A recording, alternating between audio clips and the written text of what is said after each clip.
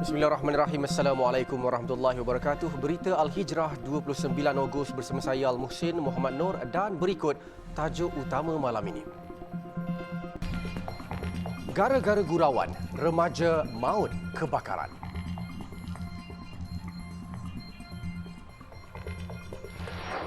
Juga seorang pelajar warga Malaysia lemas di Aceh.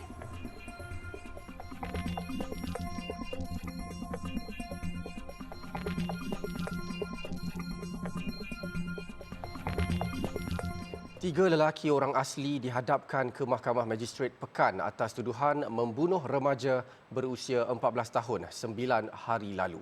Bagaimanapun, tiada sebarang pengakuan direkodkan selepas kertas pertuduhan dibaca di hadapan Magistrate Wahidah Zainal Abidin. Tertuduh Rosli Baka 29 tahun, Helmet 22 tahun dan Murad Ahmad 26 tahun dari masyarakat orang asli suku Jakun didakwa secara bersama-sama telah membunuh seorang remaja berusia 14 tahun. Salah seorang suspek adalah sepupu kepada mangsa. Kesalahan itu dilakukan di hutan berhampiran simpang kawasan perkuburan lama Bukit Ibam, Muazzam Shah Rompin 20 Ogos lalu antara jam 11.15 malam 20 Ogos hingga 7 pagi.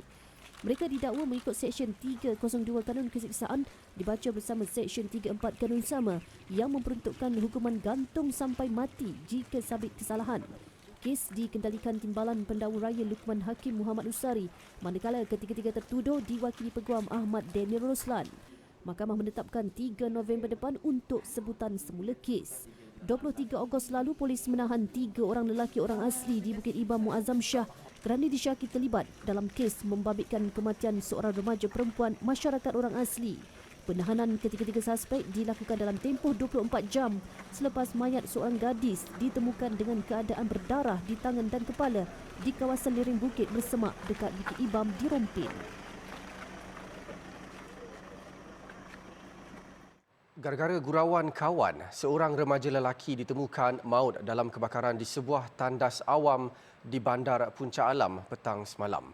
Mangsa disahkan sebagai Muhammad Damin Mikhail Kansul, 16 tahun.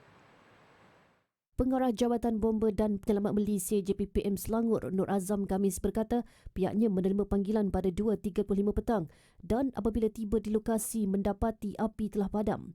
Bomba seterusnya mengeluarkan mangsa dan telah disahkan meninggal dunia oleh pihak Kementerian Kesihatan. Mayat kemudian diserahkan kepada pihak polis untuk tindakan selanjutnya. Beliau berkata hasil maklumat saksi dan 2 rakan kepada mangsa, mereka bertiga sedang melepak dan bermain game di dalam tandas tersebut manakala mangsa sedang tidur di atas sofa di hadapan pintu tandas. Nur Azam berkata rakan mangsa telah menyalakan api di bawah sofa dengan niat untuk bergurau dan setelah asap tebal dan api semakin besar, 2 rakan mangsa telah lari keluar tandas. Manakala mangsa yang tersedar dari tidur berada dalam keadaan separuh sedar dan melarikan diri ke dalam tandas. Dalam pada itu, polis mengesahkan 2 suspek yang juga rakan mangsa telah ditahan bagi membantu siasatan. Ketua Polis Selangor, Dato' Arjunaidi Mohamad berkata pihaknya telah menukar siasatan ke atas remaja berusia 15 dan 16 tahun itu daripada kematian mengejut SDR kepada Seksyen 304 Kanun Keseksaan iaitu menyebabkan kematian tanpa niat. Sudah tahan. Ya, negatif. Punca kematian kita masih tunggu. Kita hantar kepada patologis dan patologis akan tentukan.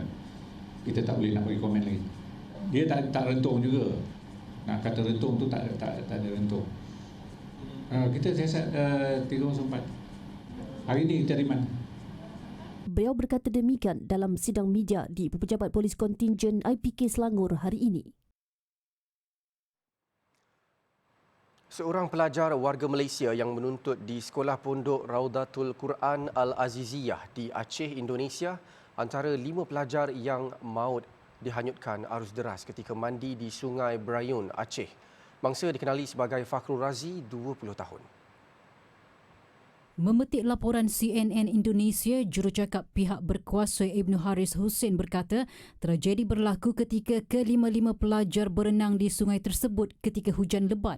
Tambahnya, kejadian berlaku sekelip mata apabila berlaku kepala air yang menghanyutkan kesemua pelajar tersebut. Hanya seorang mangsa berjaya diselamatkan. Seorang daripada 5 mangsa berjaya diselamatkan penduduk setempat, manakala 4 lagi hilang di bawah arus deras sebelum ditemukan meninggal dunia.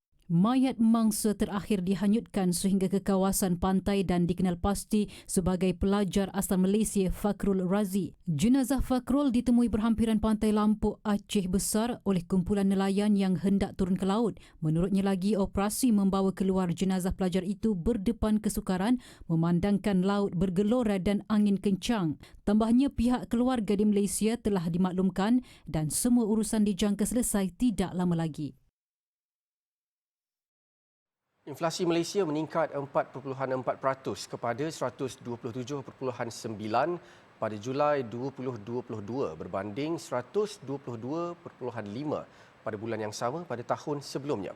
Ketua Perangkawan Jabatan Perangkaan Malaysia Datuk Seri Muhammad Uzir Mahidin berkata indeks makanan yang meningkat 6.9% kekal menjadi penyumbang utama kepada kenaikan inflasi pada bulan itu.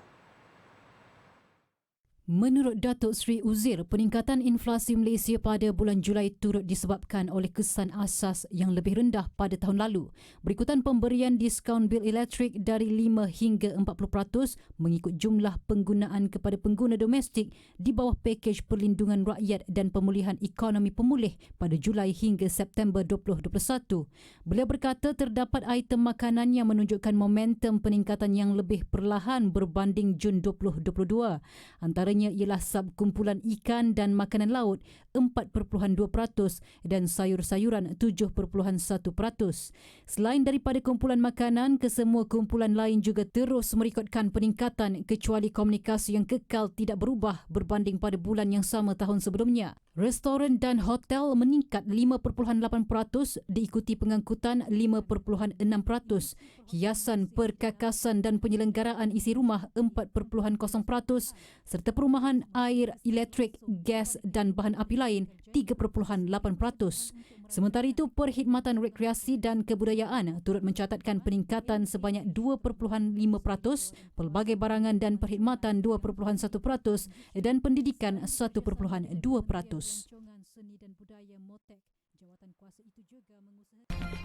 Bahang sambutan Hari Kemerdekaan 2022 semakin dirasai. Alhamdulillah bertemu lagi. Bahang sambutan Hari Kemerdekaan 2022 yang semakin dirasai. Setelah 2 tahun tidak dapat disambut meriah di pandemik COVID-19, rata-rata rakyat Malaysia teruja untuk turut serta dalam hari bersejarah itu 31 Ogos ini. Wartawan Kariza Faisal meninjau raptai penuh Hari Kebangsaan 2022 di Dataran Merdeka pagi tadi. Bahang keterujaan itu dapat saya dan jurukamera rasai sendiri apabila melihat persediaan yang dilakukan oleh setiap badan beruniform sebelum perarakan bermula. Kawalan daripada pihak berkuasa menjadikan perjalanan raptai tersebut lebih teratur dan terkawal. Warna-warni aktiviti di setiap sudut dataran, persembahan daripada peserta, perarakan barisan hadapan dan pertunjukan jet pejuang seolah-olah memberi gambaran acara pada Hari Kebangsaan itu nanti adalah gilang gemilang. Tidak hanya itu, kegembiraan dapat dilihat pada setiap wajah pengunjung yang hadir. Sambutan Hari Kebangsaan kali ini dijangka luar biasa dengan kehadiran sekitar 50,000 pengunjung. Suraya Muhammad Taib, 56 tahun berkata, dia hadir pada raptai hari ini bukan sekadar memberi sokongan kepada anak-anak yang menjadi peserta perarakan, malah untuk merasai pengalaman itu sendiri sebelum sambutan itu diadakan pada Rabu ini. Dah 2 tahun kita tak dapat nak menyertai dan tengok perarakan yang macam ni kan. Dan ni pun kali pertama saya datang. Selalu tengok dalam TV je. Baru raptai. Tu yang saya rasa kalau hari yang kejadian memang lagi gah lah kan. Dijangka 50,000. Oh, ni pun kita dah sesat juga lah. Salah seorang lagi pengunjung, Nurin Izzati Khalid, 20 tahun berkata, walaupun tidak dapat hadir pada 31 Ogos nanti, kali pertama melihat raptai penuh sudah cukup memberi pengalaman yang bermakna buat dirinya. Ride dia sangat overwhelming lah, sangat macam menaikkan semangat kita, menaikkan semangat patriotism dalam diri setiap orang. Bagi salah seorang peserta persembahan, Muhammad Zulfakar Farhan, 23 tahun pula, dia melibatkan diri dalam sambutan Hari Kemerdekaan kali ini bukan sekadar untuk berseronok tetapi sebagai tanda sokongan, cinta dan semangat patriotisme kepada pejuang negara selaras dengan tema sambutan iaitu keluarga Malaysia teguh bersama. Ialah salah satu sebagai tanda penghayatan kita untuk menunjukkan rasa kasih dan sayang akan negara. Walaupun di kala pandemik COVID-19 juga, kita teguh bersama-sama untuk melawan COVID-19. Sementara itu, rata-rata pengunjung juga berpandangan dalam keterujaan rakyat Malaysia menyambut hari bersejarah pada 31 Ogos 2022 itu nanti, orang ramai perlu menekankan aspek penjagaan kesihatan dalam mencegah jangkitan wabak COVID-19 meskipun banyak kelonggaran yang diberikan oleh kerajaan, khususnya pemakaian pelitup muka. Beginilah situasi persiapan dan raptai Hari Kebangsaan yang bakal kita sambut pada 31 Ogos ini. Selepas 2 tahun kita tidak dapat meraikannya. Namun Hari Kebangsaan ini tidak sekadar diraikan tetapi juga untuk dihayati perjuangan dan juga pengorbanan pahlawan-pahlawan negara terdahulu. Dan sepanjang kita meraikannya, ingat jaga keselamatan dan kebersihan. Malaysia ini kita punya, kita harus jaga Malaysia. Selamat menyambut Hari Kebangsaan 2022. Liza Faisal melaporkan untuk Berita Al-Hijrah.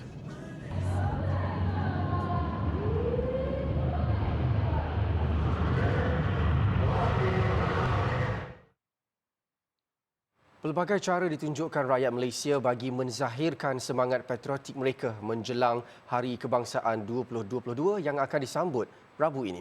Tidak terkecuali bagi seorang peniaga kedai makan di Bandar Permaisuri, Setiu yang sanggup berhabis RM700 setiap tahun untuk menghias premisnya itu dengan dekorasi bertemakan kemerdekaan.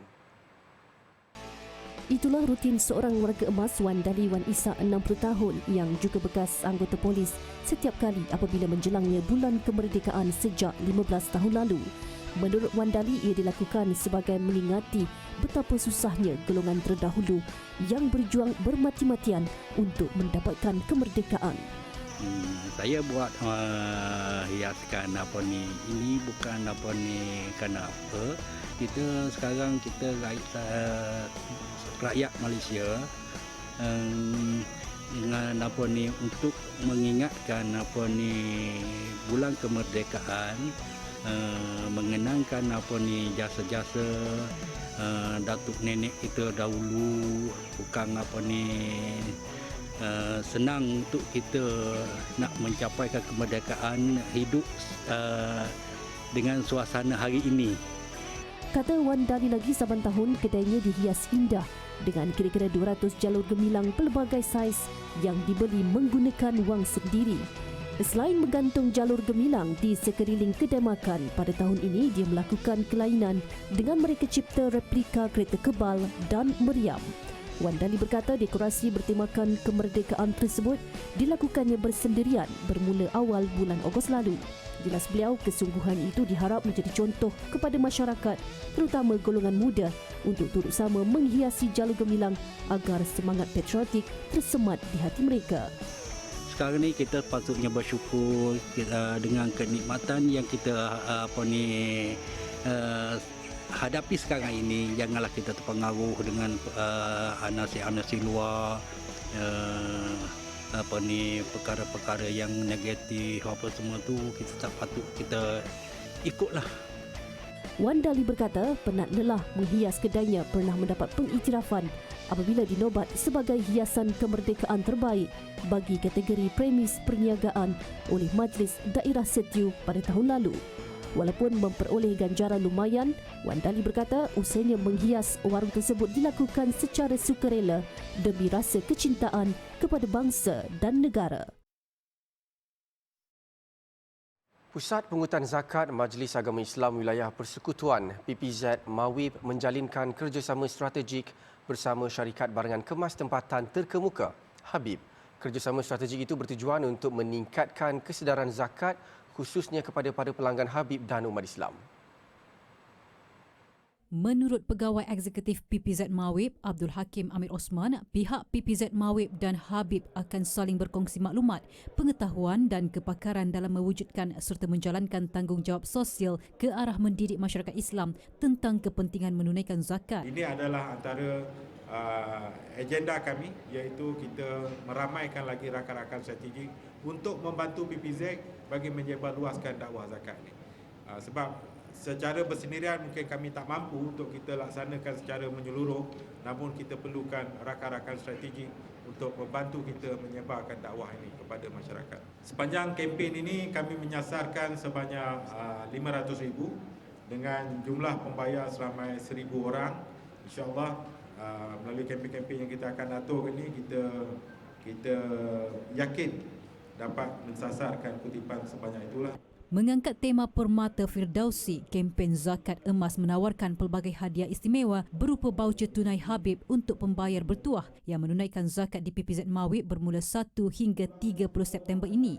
PPZ Mawib juga menawarkan skim kafalah muzaki atau khairat kematian kepada pelanggan Habib yang menunaikan zakat di PPZ Mawib. Sekiranya berlaku kematian kepada pembayar, waris boleh menuntut khairat kematian sehingga RM3,000. Majlis pelancaran zakat emas ini turut dihadiri oleh Pengarah Eksekutif Kumpulan Habib Datin Sri Zarida Nordin, Timbalan Ketua Pegawai Eksekutif Operasi PPZ Mawib Muhammad Hassan dan Pengurus Besar Kanan Jualan dan Pemasaran Habib Zairuddin Mahmud. Malaysia terus menjadi tumpuan destinasi pelaburan utama kepada pelabur global dalam pelbagai industri. Hari ini, Memorandum Persefahaman MOU baharu dimeterai antara syarikat konglomerat Arab Saudi, Ajlan Bros Holding Group dan 9 syarikat Malaysia dengan nilai pelaburan hampir RM34 bilion.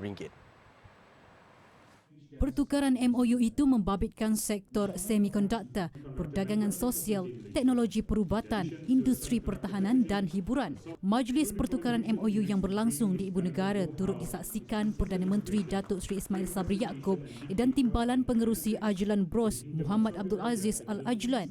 Syarikat Malaysia yang terlibat adalah Dagang NE Exchange Berhad Dinex, Aerodyne Systems Berhad, National Aerospace and Defence Industries Berhad NADI, Twistcode Technology Berhad, Cyber Security Malaysia, Malaysia Genomics Resources Centre Berhad, Meta University Berhad, Light Up 7 Berhad, My Events Berhad. Kerjasama syarikat Malaysia bersama Ajlan Bros Holding Group ini berupaya meningkatkan daya saing syarikat tempatan untuk bersaing di peringkat global. Ajlan Bros Holding Group yang berpangkalan di Riyadh, Arab Saudi adalah sebahagian daripada konglomerat multinasional yang telah bertapak hampir 43 tahun sejak ia ditubuhkan pada 1979 dengan pelaburan equity persendirian global, hartanah, hospitality dan perindustrian yang meluas. Hakim adalah watak penting dalam sistem kehakiman dan perlu bebas daripada sebarang pengaruh mahupun tekanan. Itu titah Sultan Perak, Sultan Nazrin Muizzuddin Shah. Baginda bertitah selain berperanan besar, hakim juga menjadi simbol dalam memastikan kredibiliti dan kewibawaan institusi kehakiman.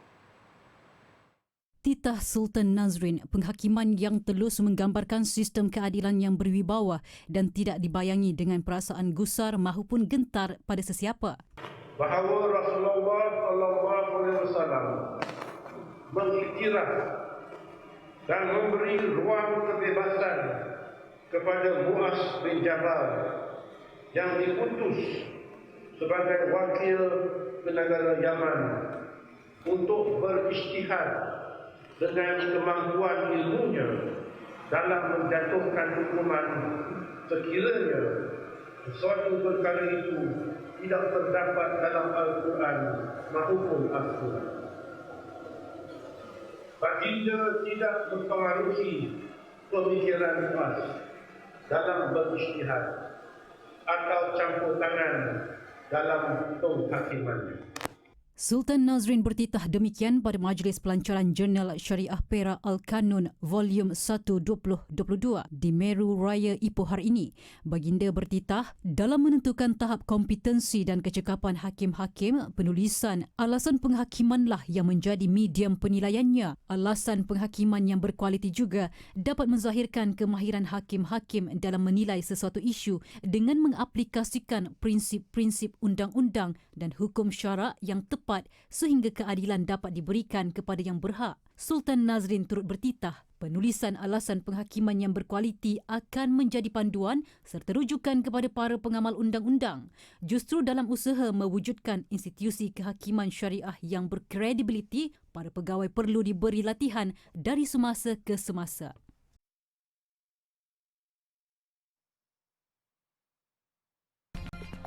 Angka korban terus meningkat.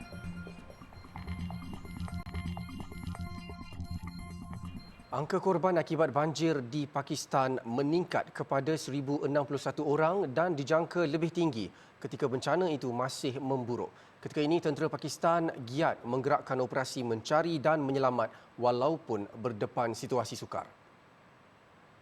Visual yang dikongsi AFP menunjukkan detik cemas dilalui seorang penduduk yang terjatuh ke dalam sungai di wilayah Khyber Pakhtunkhwa dan berjaya diselamatkan oleh helikopter tentera. Tebing-tebing sungai di wilayah itu juga yang terkenal sebagai lokasi pelancongan pecah dan banyak bangunan termasuk sebuah hotel runtuh. Sindh setakat ini masih menjadi wilayah yang terburuk terjejas banjir. Di Sukur, penduduk menyaksikan sendiri bagaimana rumah mereka dihanyutkan arus deras dan mereka terpaksa mendirikan kemah di jalanan memandangkan kawasan itu tidak dinaiki air. Sementara itu, di Jafarabad, Perdana Menteri Pakistan Shehbaz Sharif mengedar bantuan kepada mangsa banjir. Pakistan sebelum ini mengisytihar darurat dan Menteri Perubahan Iklim Sherry Rahman menyifatkan banjir kali ini luar biasa ekoran hujan yang berterusan selama 8 minggu.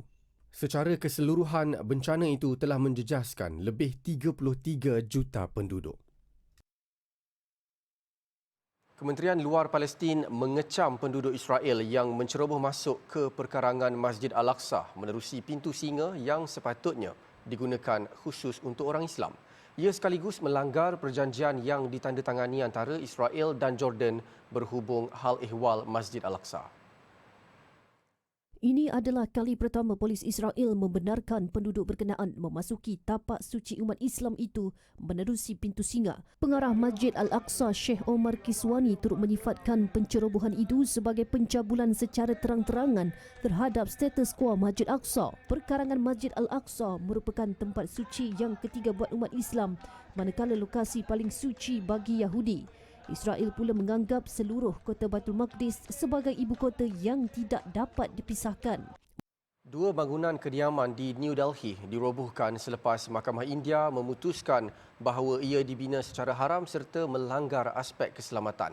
Terdahulu, ribuan penduduk yang berada di sekitar kawasan itu diarah berpindah bagi memberi laluan kepada prosedur perobohan. Detik-detik dramatik itu turut disiarkan secara langsung di televisyen dan mendapat perhatian ramai. Bangunan haram setinggi 100 meter itu berkapasiti hampir 1,000 pangsapuri yang tidak pernah didiami sepanjang 9 tahun kerana mempunyai isu dari sudut undang-undang. Bagi tujuan perobohan itu, lebih 3,500 kg bahan letupan digunakan menerusi kaedah pengeboman terkawal dan disifatkan yang terbesar pernah dibuat.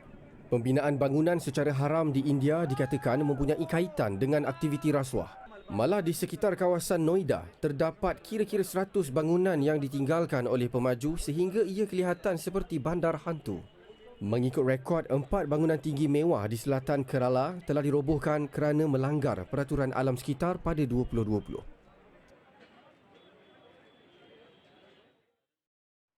Sekian berita Al-Hijrah dan jangan lupa ikuti kami di platform media-media sosial seperti Facebook, Instagram, Twitter, YouTube dan TikTok. Dan layari alhijrahnews.com untuk lagi berita-berita pilihan dan eksklusif. Sebelum berpisah, kami warga berita Al-Hijrah mengucapkan salam takziah kepada ahli keluarga penyunting visual dan audio TV Al-Hijrah, Allahyarham Muhammad Firdaus Ekram yang menghembuskan nafas terakhir 11:04 pagi tadi. Kami doakan semoga roh Allahyarham dicucuri rahmat dan digolongkan bersama orang-orang yang soleh. Al-Fatihah. أعوذ بالله من الشيطان الرجيم بسم الله الرحمن